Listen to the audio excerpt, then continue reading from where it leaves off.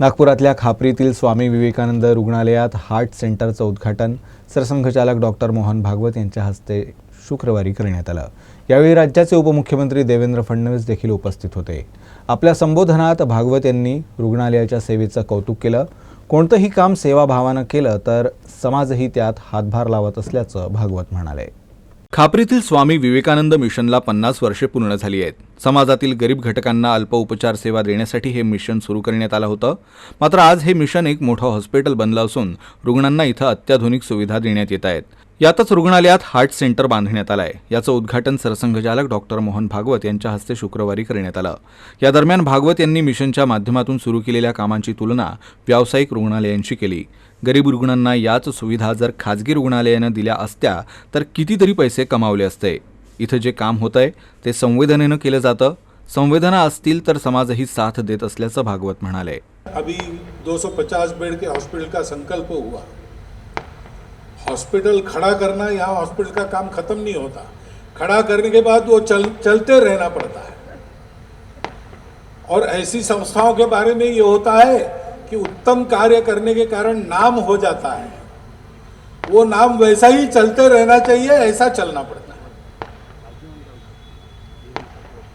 तो इसलिए आगे ऐसा चलना है, तो चलने के लिए पहली आवश्यक बात यही होती है, संवेदना काम करती है। 50 वर्ष की लंबे अवधि में हम यहां तक आ गए। तब तक ये सतत चलता रहा, उत्तम सेवा मिलती रही। परंतु इतनी उत्तम सेवा अगर कोई प्राइवेट अस्पताल देता है तो उसकी कमाई कितनी होती है? यहां वो कमाई नहीं हुई, क्योंकि कमाई के लिए चला ही नहीं। और ये कमाई के लिए चला नहीं तो बंद नहीं हुआ। जब जो जितना चाहिए तब वो आने लगा। कैसे होता है? पूर्वी माणसाला अन्न, वस्त्र आणि निवारा या गरजा होत्या। मात्र आज शिक्षण, कमाई आणि औषध या मूलभूत गरजा आहेत। गरीब रुग्णांच्या गरजा या रुग्णालयाच्या माध्यमातून पूर्ण केल्या जात आहेत। आरोग्याशी संबंधित सरकारच्या अनेक योजना आहेत।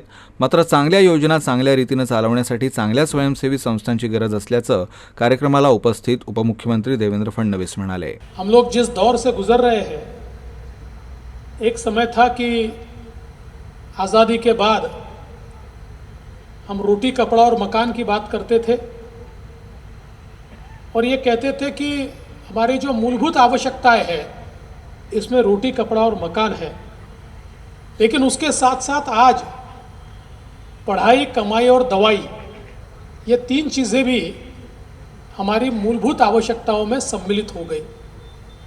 और विशेष रूप से भले ही विज्ञान में बहुत प्रगति हुई हो, चिकित्सा पद्धति बहुत आगे बढ़ी हो, लेकिन उसके साथ साथ गरीबों के लिए, निम्न मध्यम वर्गीयों के लिए, मध्यम वर्गीयों के लिए इस चिकित्सा पद्धति को पाना,